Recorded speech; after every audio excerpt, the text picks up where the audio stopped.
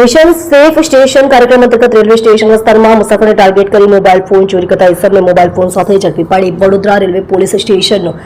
એક અનડિટેક્ટ ગુનો ડિટેક્ટ કરી કુલ ₹10,000નો મુદ્દામાલ રિકવર કરતી લોકલ ક્રાઇમ બ્રાન્ચ પશ્ચિમ railway Vadodara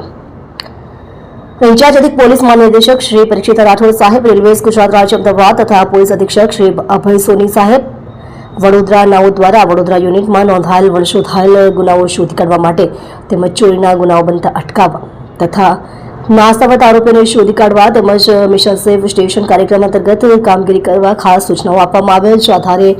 police inspector Shri TV Patel સાહેબ, police sub inspector Shri M N. Parmar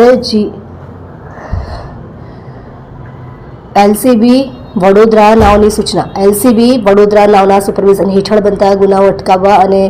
અનડિટેક્ટ ગુનાઓ ડિટેક્ટ કરવા અંગે કાર્યવાહી હાથ ધરેલ છે. અનુસંધાને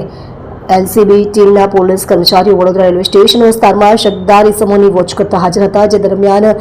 એલસીબી સ્ટાફના એએસઆઈ ફિરોઝ ખાન, નસીબ ખાન નાઓની સજાગતાથી શકદાર ઇસમ નામે મંતોષસિંહ હરિન્દ્રસિંહ જાતિ પરમાર, ઉંમર વર્ષ 37, ધંધો મજૂરી, રહે ગામ સોમા છપરા, થાણા बैरिया, जिल्लो बल्लिया, उत्तर प्रदेश वाले ઝડપી પાડી તેની પાસેથી એક ઓપ્પો કંપનીનો મોબાઈલ ફોન કિંમત ₹10,000ની વત્તાનો મુદ્દામાલ રિકવર કરી Vadodara railway police station part A